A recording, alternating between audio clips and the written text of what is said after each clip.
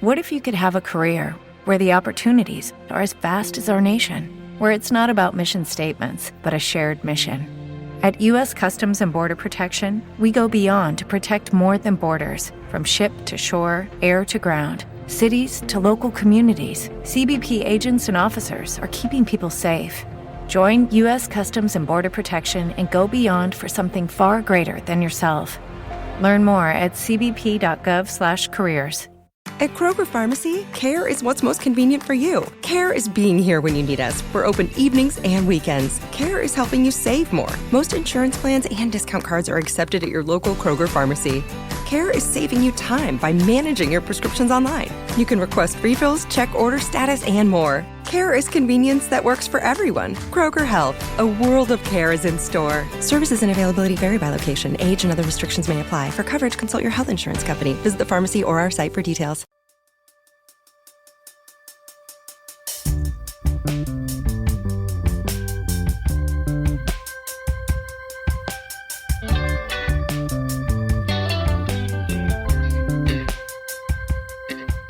Welcome to Comedy Album Book Club. Yes, this week I have the distinct pleasure and immense fun of chatting with Mike Carrozza. We discuss Kyle Kinane's Whiskey Icarus. Stay tuned and enjoy the show.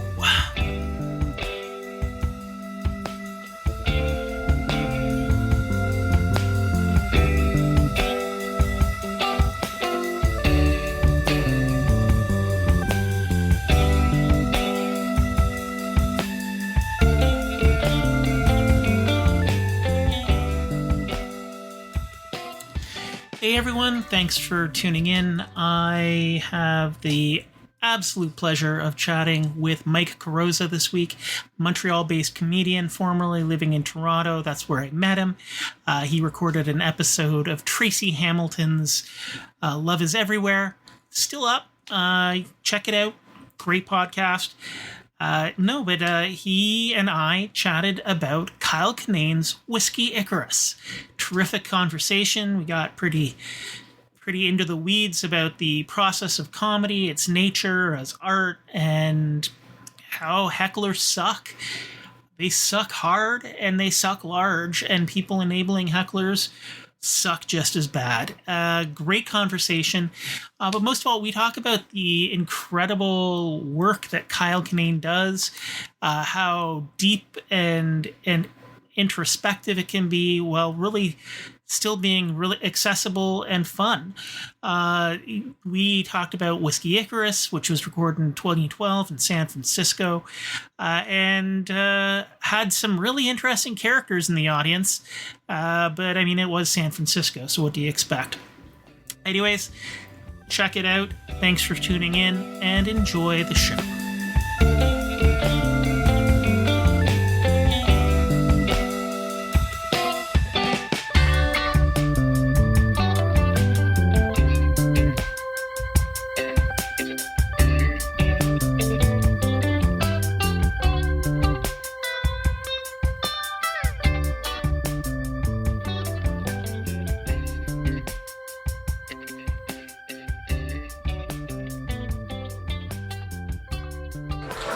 I want this to be an art form. I want comedy to be taken as an art form. I feel I put just as much heart and blood, sweat, and tears into this as any musician or any sculptor.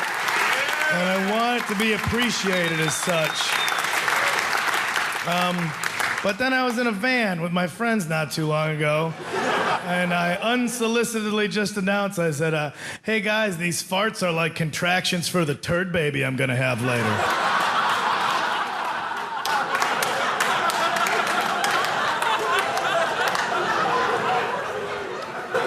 And that's why I'm not an artist. That's why this is not getting federal funding. There's not going to be a grant to perform this in the city center for the citizens. Welcome to Comedy Album Book Club. I am joined by Mike Carrozza. Thanks for being on the show. Happy to be here, man. Thanks for having me, man. So you chose Kyle Kinane's Whiskey Icarus from Yes. 2012. What That's right. what inspired you to choose that album? Kyle has been a longtime favorite of mine. I love basically everything he does. He's very funny, obviously, you know, that's like Yeah. a one for comedy albums and comedians. But he's also extremely poetic, and I like Whiskey Icarus is the standout because I guess it was like in the formative time of when I was starting to take comedy seriously for myself. Mm-hmm. It is a very seminal and influential album for me in the way that like so many things are quotable, Yeah. and the little details stand out while not, you know, undercutting the big moments like it. And you kind of see like the building blocks of what he ends up using more in his later specials. And I just think that like he's so good. He's just so good. And this is 13 years ago, around literally. Yeah.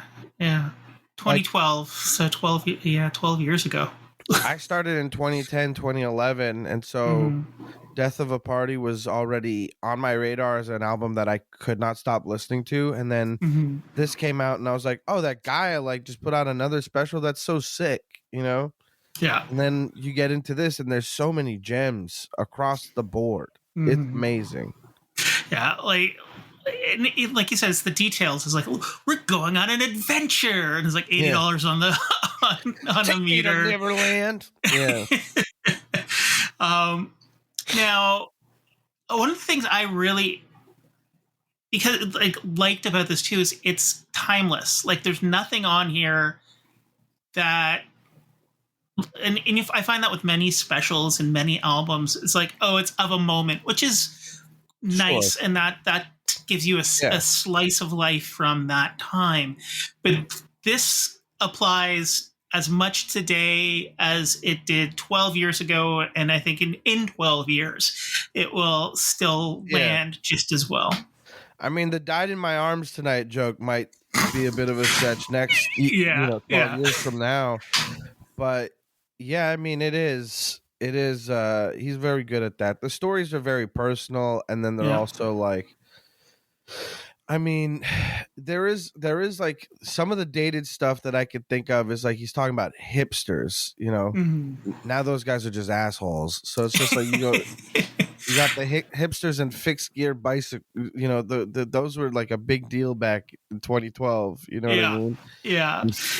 And to be doing that joke in San Francisco, which is like one of the cultural cornerstones for hipster culture kind of thing. And I have Especially to admit, at the time, people weren't being completely priced out of living in San Francisco if they weren't tech billionaires, you know?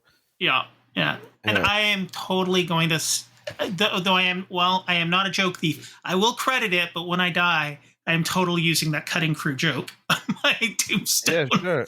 Yeah. And I was like, Kyle Kinane in like footnote it. So, that's what the Whiskey Icarus. These 2012. Have you ever thought about what you'd want to do when you go, my like tombstone? With your tombstone or funeral? Like, I want to have a big spa party. That's what I want. So that's good. Funeral. Everybody's like listening to like One Step Beyond by Madness. Like just totally over the top, ridiculous. I think I've given it some thought, but not like, you know, seriously, because it's not my problem. Somebody else take care of it. You know what I mean? I'm already that's gone. Fair. I don't think I want a tombstone. I don't want to be somewhere in particular. I definitely you know, against the Catholic upbringing, I'd rather be fucking cremated and just like, you know, whoever's I'm important to, you get a little bit of me if you want it. Otherwise, you know, put me somewhere I've always wanted to go. That is like not okay for humans to be like, you know what I mean? Like, I'm like, first thought I thought of was like a garbage disposal. Like, you put your hand in there, it's messed up. But now guess what? I'm safe, and you might have to. Well, I might clog up your garbage disposal, and you might have to get it fixed. But hey, you know what I mean? Like something stupid like that. It's just I haven't given it enough thought to be like, I know what I want on my tombstone, because I just think like I probably would be like, if there is a tombstone, be like, I don't know, check out his comedy, I guess. QR code to your album. Yeah. Yeah, just kind of like, hey, look, if you don't suck, I want you to laugh. I want you to feel some sort of joy. Yeah. But also like, I don't know, put me in one of those like confetti cannon things that people pop at New Year's Eve. You know, Yeah. I don't care. I don't care about that. Yeah. Yeah. Now back to Kyle's special. One of the things I really liked is how self-deprecatory he was without being. He never got into that sort of like depression. I feel sorry for him kind of thing, where it's like it still felt positive. Right. I mean, going through that. He does have a bit of like there's that one bit that's a bit of a pity thing, which is like, you ever sleep with an old girlfriend, like a girlfriend's old shirt or something, not for humping, just so it feels like you're sleeping next to somebody, that thing, you know. I think what he says, it's so good, is without this, my life would just be a series of undocumented low points. Yes. And that's just such a succinct way of being like, yeah, this era of my comedy is very much like, I do a lot of fucked up shit, and I'm going to tell you about it. And then, you know, in later years, he's just like, he still carries that, his insightful, like, poetic view on what's going on around him. And he's not the butt of the joke in that way anymore. Yeah. You know, like, he talks about DUIs on this album and getting DUIs, and he's like, I fucked up, but here's how here's a little bit of insight for that. Or, you know, I think what he's really good at is, even in the moments where you're like, man, that anybody telling me this, I'd be concerned. He's like, look, I know, but now listen, you know? Yeah. Like, there's a bit on his later special, I like this old stuff better, where he's like, I threw away change. Like, he had a receipt in one hand and then change in the other, from coming out the gas station convenience store, and he meant to throw out the receipt, but instead he threw out like the change in his hand.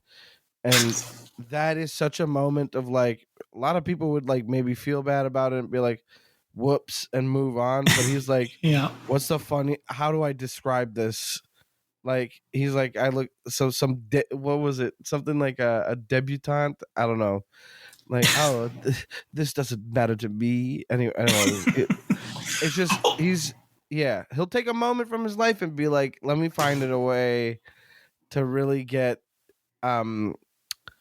creative with my descriptions here, because he's so good. He's so good at that. Oh yeah, I love his work. Yeah, like that moment where he's talking about the guy eating the pancakes. Sure, yeah. He just, like, on the airplane, like the entire he has some nice character work. He just carries on with like, and if you want to do this, this is how you do it politely, kind of thing. And it's just like carries that. There's so much from around. You don't have to go back and front. You can just go side to side. Don't worry, no one's taking any. Yeah. And then how he goes on about dry pancakes. It's like, oh, yeah, that would be. Well, at least he's not going to eat them dry like a psychopath. It's just, it's so funny to me the way he goes, like, for the pancakes thing, he's like, you'd expect somebody who does this kind of thing to have some sort of deference or whatever and be like, yeah, I'm sorry, this was like a last minute thing. He ripped the bag open with a confidence like, yeah, I'm eating all these bitches, and he was doing this cotton candy swirl. And then, like with a 1,000-yard stare, like he's in the swamp water, he's neck deep in swamp water. He's gonna catch a catfish with his bare hands. You're like, that's so funny. It's so funny. A lot of quotables on this album. Yeah. And like, and he like. I really enjoy. Like, I've been unfortunately having to travel for work a lot lately, so the travel jokes really landed. Like the one with the orbits joke, the couple next. And it's like, and again, it's like this is like he's making some bad decisions, but he knows he's making bad decisions here. He's being fun. I think what's also fun about that bit in particular is that he succinctly puts forward like a life philosophy that's very easy to adapt. So it's like he goes, I'm not put on this earth to be a goalie. I'm paraphrasing. As long as you're not hurting anyone, I'm here to either help or get out of the way.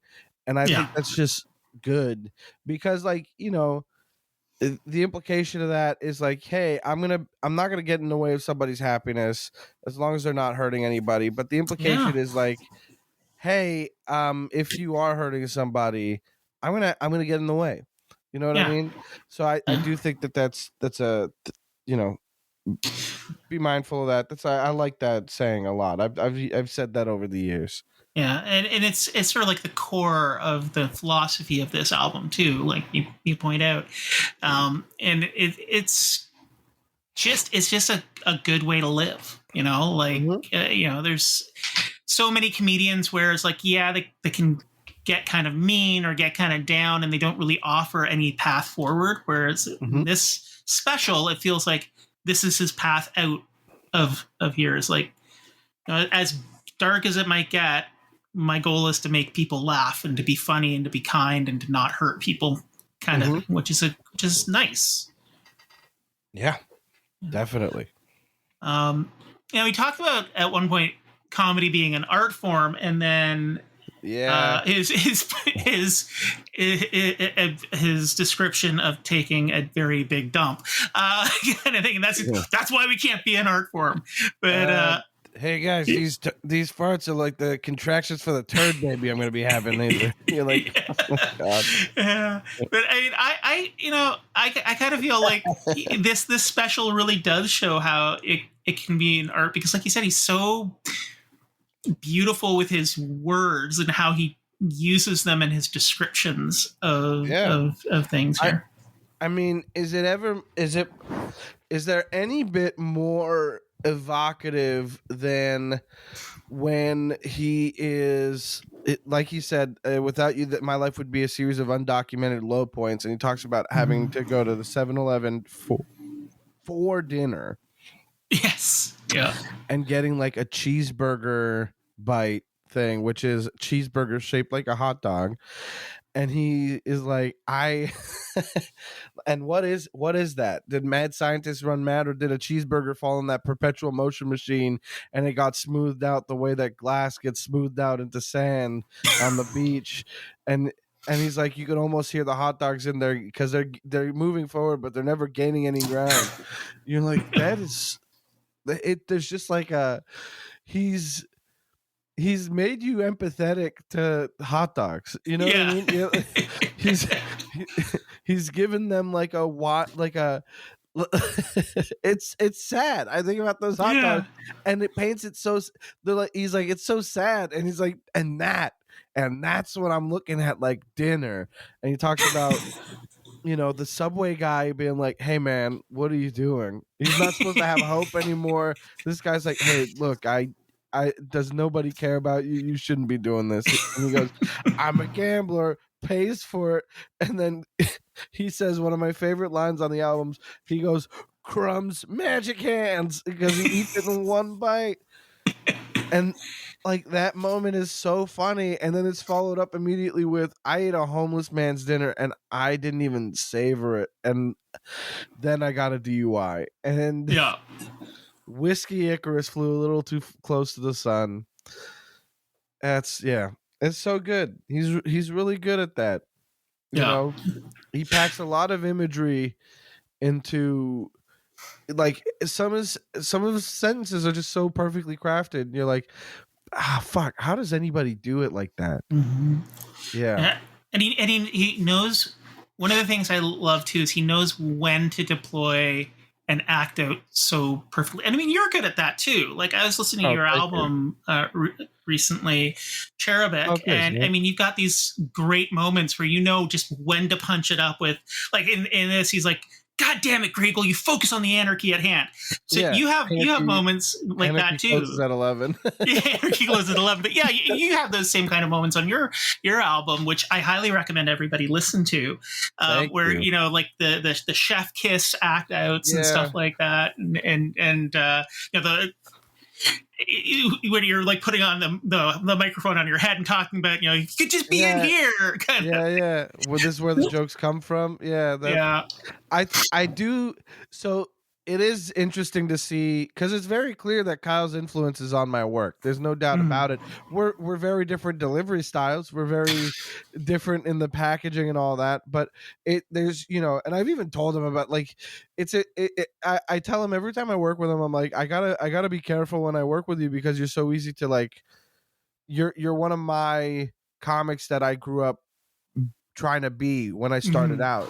And so you fall back into, like, some of the habits that you have when you're getting started out, and you're like mimicking your favorites and stuff. And I'm like, you know, he's my favorite. There's just no doubt about it. And so I'm like, I gotta be careful sometimes, because I fall right back into, you know, doing a little bit of Kinane. But it is clear that there are some tools I picked up from him, you know, like if I say like the hose trick, like, you know what I mean? Like when you bend a hose and the water blocks up and then you let it go.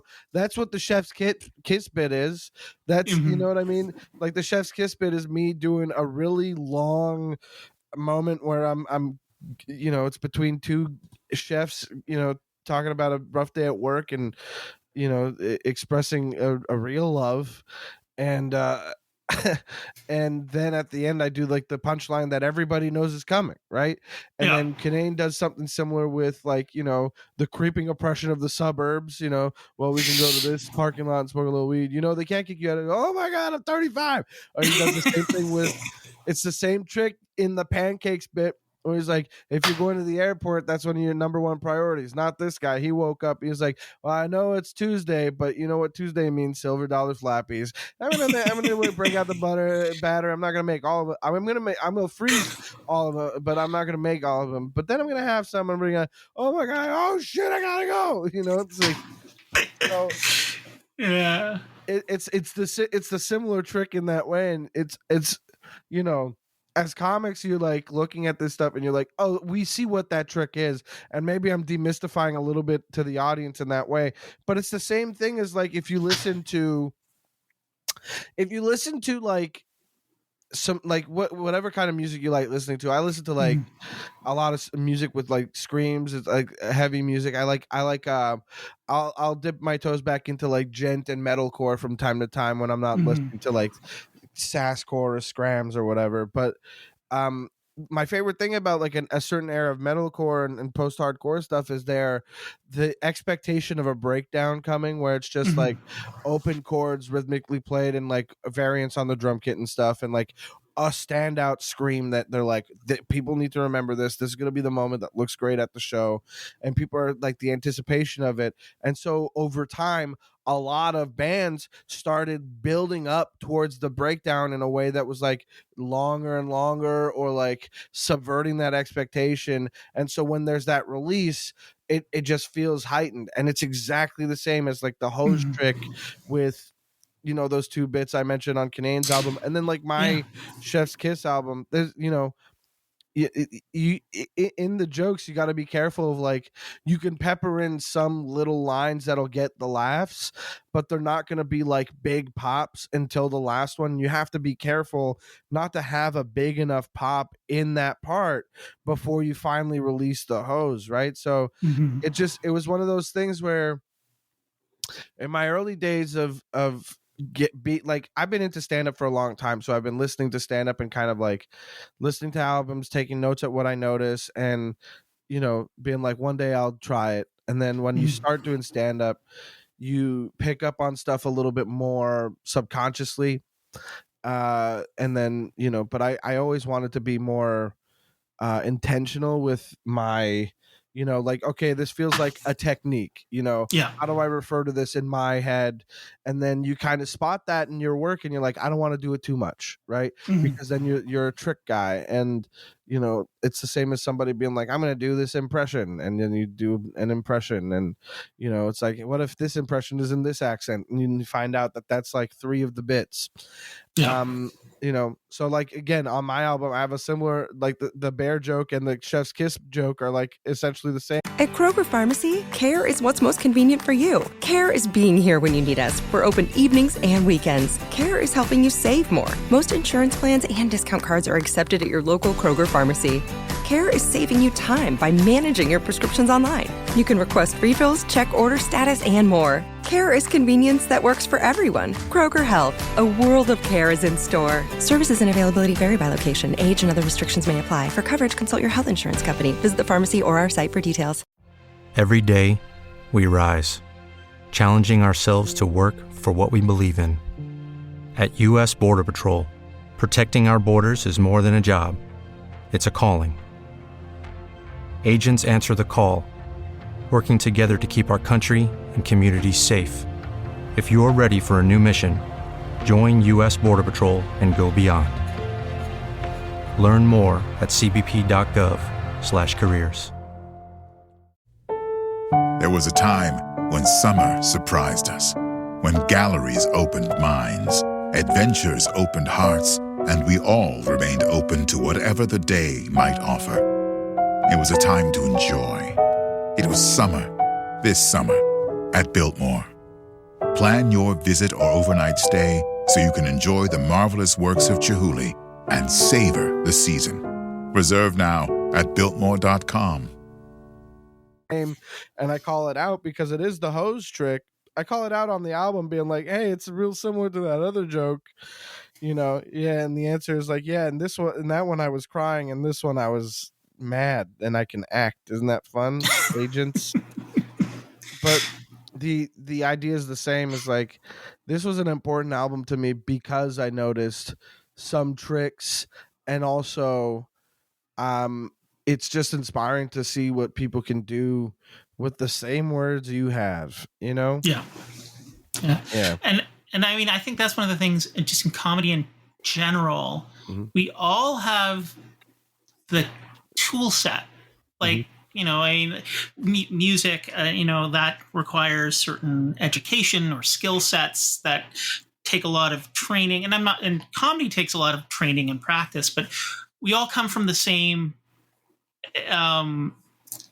capability. We all have the ability to use language and to observe the world around us, and it's just, we kind of start from a similar place, and it's what we do with that, and that makes it our own kind of thing. And I mean, he kind of talks about it. It's like, the suburbs, and it is a soul breaking sort of oppression, but at the same time, it's like, when you have 2 parents who love you and you grow up in a happy household, it's not what you expect from a comedian's background kind of thing. Exactly. Yeah. He's got that subversiveness to him. Like, he is, especially at this time, he was like he was doing rock venues. He wasn't really doing clubs. And so you're looking at this guy like, this is the punk rock dude. This is the dude who's like, he's got all these stories about being a bit of a fuck up, and then also is the punk dude. And then you're like, yeah, well, here's what's relatable. A lot of punks had to deal with family being supportive, and maybe that got in the way. Or, I'm this punk dude, but I still have shitty thoughts, and I'm trying to work through that and find out like a way to be better. And then, I don't, there's some sticky points here where you're like, you're like, oh, I know where he's going with this. He's adding a little bit more vulnerability and adding these like crazy thoughts out there. Plus, to get to the point where he's like, Asians are bad drivers. No, Asians are great drivers. They don't like playing by the rules here. And he talks about, he's like, I watched this guy on a scooter with 17 chickens on the back, cut off a bus and didn't even lose the ash off his cigarette. You're like, fuck, that's smooth. That is smooth. That is the most perfect. You can picture every moment of it. It's that is a sentence that gives you an entire world, you know? Yeah. And the follow up to that being, the mind fuck towards the racist guy by putting NASCAR stickers on the back of the car. Oh, wait a sec, call Daryl. Let's get Dale on the line. Yeah, this must be a new drafting technique. The Asians are in on the sport. No. This is a connoisseur. Yeah. I have to say too, like I've seen a lot of like loud audience members derail albums and specials, and he did a really good job of he incorporated it into the set without it becoming distracting or really it doesn't feel like it took away. I think that there's more of this than we get to see, considering the cuts of specials and stuff, and I've been to special recordings where they stop for a little bit and kick somebody out because they are disruptive, and it's like this guy was said something, was like basically like, I didn't get the joke. I was like, all right, you shouldn't, you shut up, obviously you suck. And then if it had escalated in any sense, I could have seen this being cut. You got the perfect comeback line, and then letting it go, would have been fine. But I think that having that in there means that you're getting a bit more of this happens, but that's the thing. He's in a theater and everything. I don't know. I just think that, hecklers, man, fuck off. I had a lady, I was hosting at the club in town here, the Comedy Nest, and on a Sunday special, like a holiday show, and it's a showcase show. So I'm hosting up and down the whole time. And within the first 20 seconds of the show, this woman heckled twice. I did the whole hey, welcome to the show and all that stuff, make some noise. Now I'm going to do comedy for you. And I'm setting up a joke, and she go it's a, I wear a cap on stage, and because I don't like what my hair looks like. And I'm talking about, how I got, this is an intro to the bit, it's a way in. And she's like, let's see the hair. And I'm like, no, let me finish. Let me do the talking, because I'm the one amplified and all that. And then I say, I don't like what my hair looks like right now. And she's like, well, it can't be that bad. And you're like, if you don't shut the fuck up.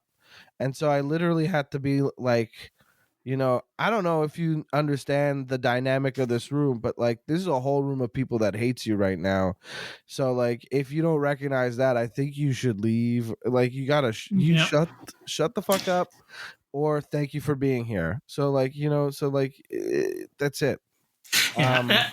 She didn't say anything for the rest of the show, but after the show, she walked by me and she went, "Go fuck yourself." And I was like, I'm not a retail employee who can't clap back. I'll tell you to go fuck yourself, and I hope you fall down an escalator. What do you want? Yeah. And I mean, I kind of feel like the internet has, all of these people doing these crowd work and heckler reactions on TikTok have kind of ruined it for a lot of people, because now there's the expectation that that's normal or that's okay, and it's not.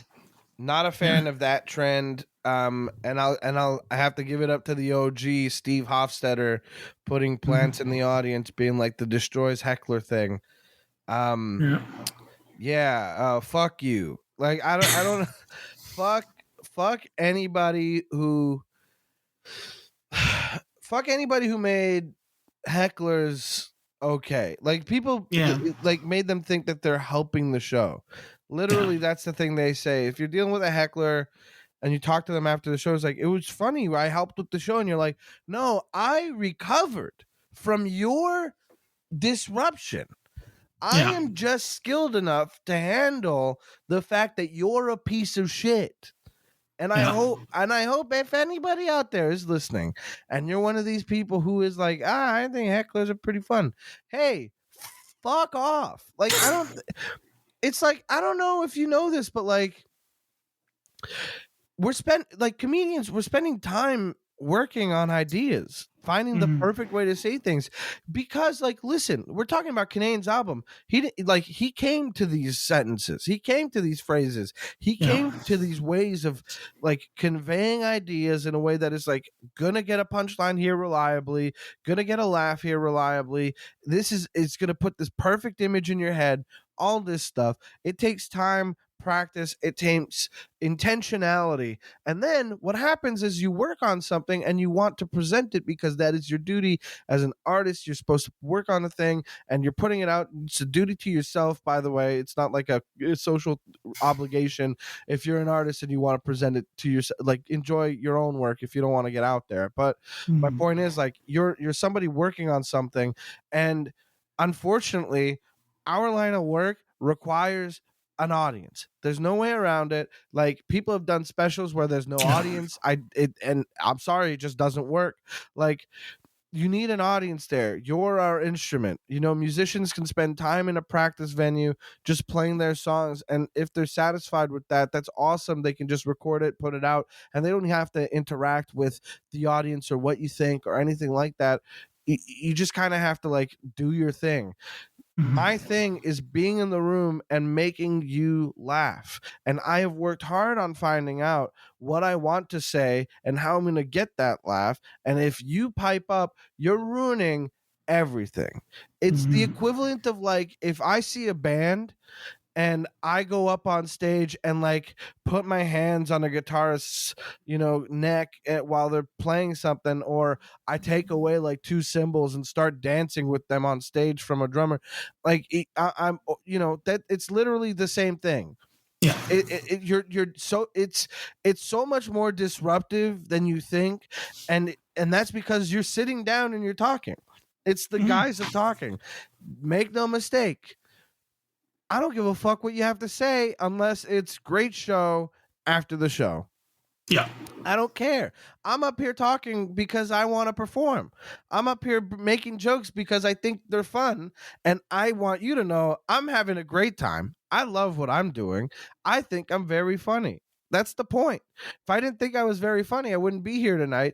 I don't think I wouldn't be up on stage, for one. And also, I'm at a point where I'm playing shows where I'm like, yeah, I don't do garbage. You know what I mean? I'm at the show because I'm good. All right. Yeah. You have to trust that. And if you disrupt and you're like, what? I helped the show. I'm going to be like, no, you ruined the show.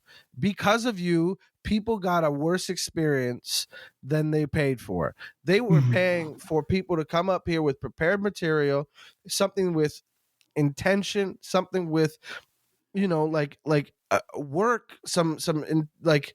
you're paying for somebody to come on stage and give you what they've spent time on, give you who they are, give you like, even if they're working something out, like they are coming in with the idea of like, this is what I'm doing tonight. And you came up and you're the curveball. You're somebody like, I don't care about what your intention is here. I don't care about what you want. I want to react to being, mayonnaise. You're like, what? All right. Hey, shut your mouth. You get, it's one of those things that people forgot. Like, crowd work is fair. People love crowd work. It gives the illusion of spontaneity, because here's a fucking, speaking of tricks from earlier. Yeah. If you notice, there are a bunch of comedians who are like crowd work comedians. They are setting up, using these conversation tricks to lead you into these subjects, and they get you there. Yeah. And then they do a pre-written joke. You're not getting off the cuff all the time. Sure, there's a little bit of it to be like, see, we're here in the moment. And then they go into a bit like, well, this is the bit now. Yeah. And it feels like that's the magic of crowd work. Oh, he's just coming up with this stuff. No, he's not. Well, it's like I was at a Moishe Kasher show years ago. This is right after he got married, and we were right up front and close, and I had a shirt on that was kind of stand out. It was a very silly t-shirt, and he called on me, and it's like I'm the one of the few married people in the audience, and and his entire set was about marriage, so he kept coming back to me and using me as like a jumping off point, interacting with me, but it's like it's the exact same material that I would later see in a special. For sure. Yeah. It's just like people are just don't. The problem with comedy is that you don't have to be invested in comedy to attend comedy. Same as if you go to if you go to see a band live and you don't like the music, it doesn't matter if you turn to somebody and say, I don't like this. The band is louder than you. There's a whole bunch of people there going nuts for them or whatever. Or you just leave and no one's going to call attention to it or whatever.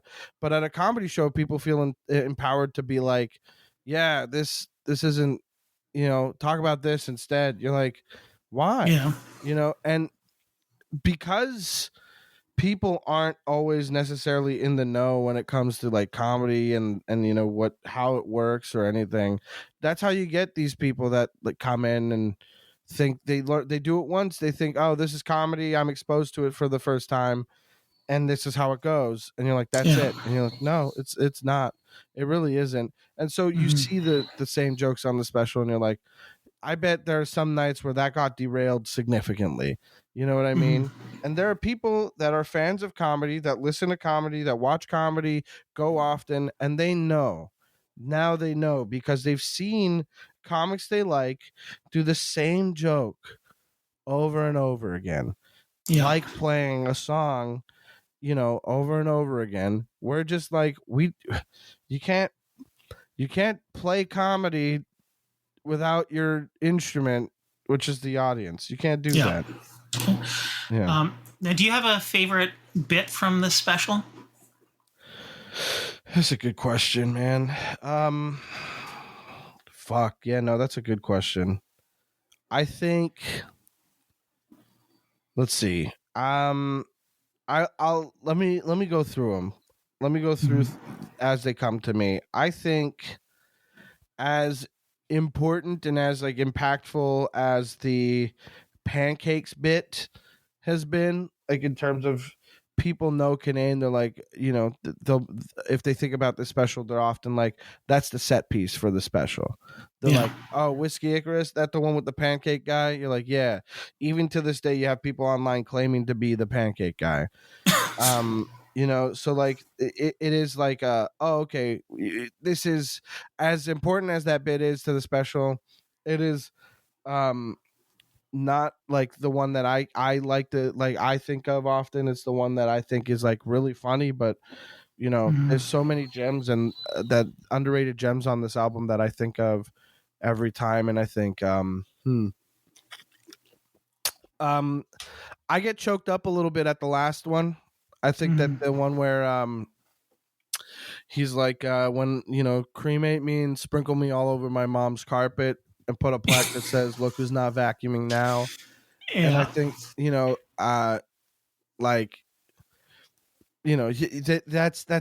it's a funny but also sweet thing, because in the end it's like, if I die before my parents go, I'm gonna, they'll want me close and stuff. It's very sweet, but it's also funny. It's real fucked up. The beginning of the album, he goes, comedy is for shared experiences. Bearing that in mind, did anybody else get so drunk last week they had to call a cab to take you to Wendy's? And then that whole story goes off, and he's got so many moments in that story that I remember forever. And I'll think of, I think what it comes down to is, I love the stuff about it's not a blueprint for survival. Like I'm not, I shouldn't even be alive. He says, like maybe 3 times a week, I'll microwave something, pull it out. If it's like, oh, this is burning my flesh. And then he's like, quick, put it in your mouth. And then he's got these moments of, I learned that optimism and stupidity are 2 sides of the same coin. And then you're like, okay, what kind of fucking story's about to come here? And he's like, learn that by trying to put on my pants without taking my shoes off first. You're like, fuck, that's funny. That is ballerina toe. Just make the ballerina toes, Kyle. Make the ballerina toes. That's my go-to quote for when I'm doing a Kinane impression, is that part right there. The intro bit, the part was like, I'm doing the right thing. How come it still feels sad? That I think about all the time. The bit with the couple fucking on the plane, where that philosophy of, if someone's not hurting anyone, either help or get out of the way. That one's important to me. But I do think that my favorite bit is the poetry of the 7-Eleven like hamburger bite hot dog thing. Because there's a lot of fun stuff on this album. There's a lot of really, driving by the park being like, that's where I'll bury the dead body, well, why? I don't even murder. Now you're making a list of justifiable murders. You're it's there's a lot of stuff on this album that'll stick with you, and I do think that when people think of this album, they're like, oh yeah, that pancake bit is really good. I'm like, you like that pancake bit, but buddy, let me tell you something. Get deep in this more introspective vibe right here. He's got, he's got that the bit about the hot dog thing. And it's just so, it is bleak and sad, but the way he's describing it is like, I don't know, man. Am I reading a book? It's just it feels like everything is perfectly in place for that bit. And yeah, man, I really love that bit. I think it's one that's underappreciated. Yeah. For me, it's the when he starts talking about if he was like the movie, the Bridge movie. It's another one where it's like, it's dark, especially given he's in the town where that's taking place. But then he goes into this place where it's like kind of funny and beautiful, and I'd wear a cape. If I'm gonna go, I'm gonna put on a snorkel and some flippers and a little glass. A glass right whereby I'm gonna fall. Leave a post-it note that says, "I think I can make it." Go out with a question mark. Yeah. That's a good one. That's a good one. It's that being said, the entire special, like you said, front to back, top to bottom, very good. Very good stuff. And the thing is, he doesn't have any misses as far as I'm concerned. I think even down to the fact that every album, up to a point, was, track lists from bands. Like this one is Detroit Rock City by Kiss is the track list. I think a Cheap Trick album for Death at the Party. And then I think it was Fuck the Police for I liked his old stuff better, but he had to do it in a way that he couldn't get sued, because it's this track is not called Fuck the Police or something. Anyway, I think there must have been a close encounter or something, because the other ones, Lucid Chicago's ingredients of a beef sandwich or something, probably. If people wanted to catch a show or find you on social media, where can they look? I'm on the social platforms, Instagram, Twitter, at Mike Carrozza, MikeCarrozza.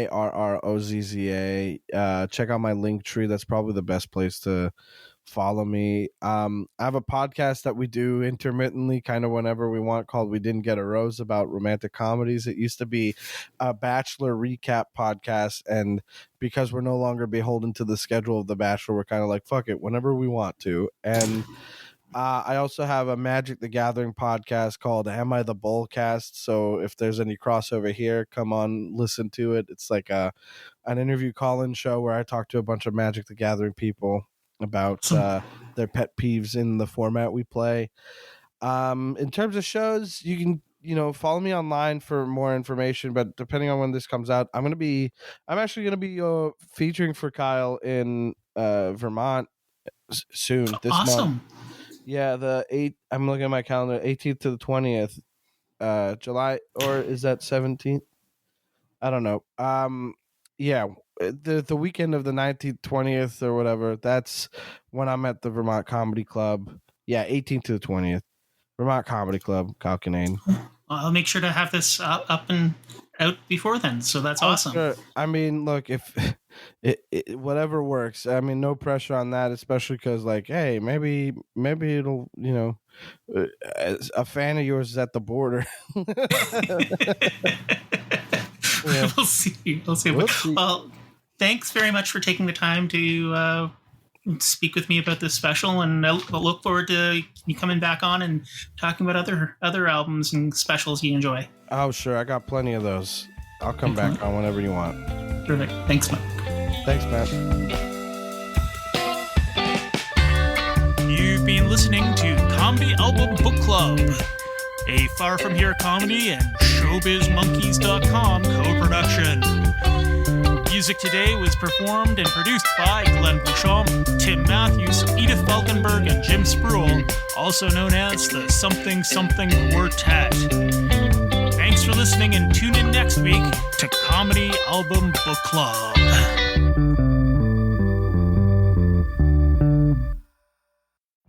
Every day, we rise, challenging ourselves to work for what we believe in.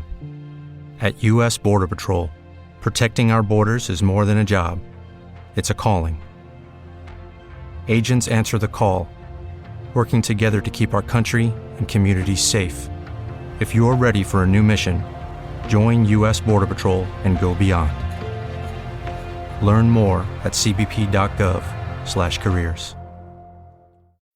When you need mealtime inspiration, it's worth shopping Kroger, where you'll find over 30,000 mouth-watering choices that excite your inner foodie. And no matter what tasty choice you make, you'll enjoy our everyday low prices, plus extra ways to save, like digital coupons worth over $600 each week. You can also save up to $1 off per gallon at the pump with fuel points. More savings and more inspiring flavors make shopping Kroger worth it every time. Kroger, fresh for everyone. Fuel restrictions apply.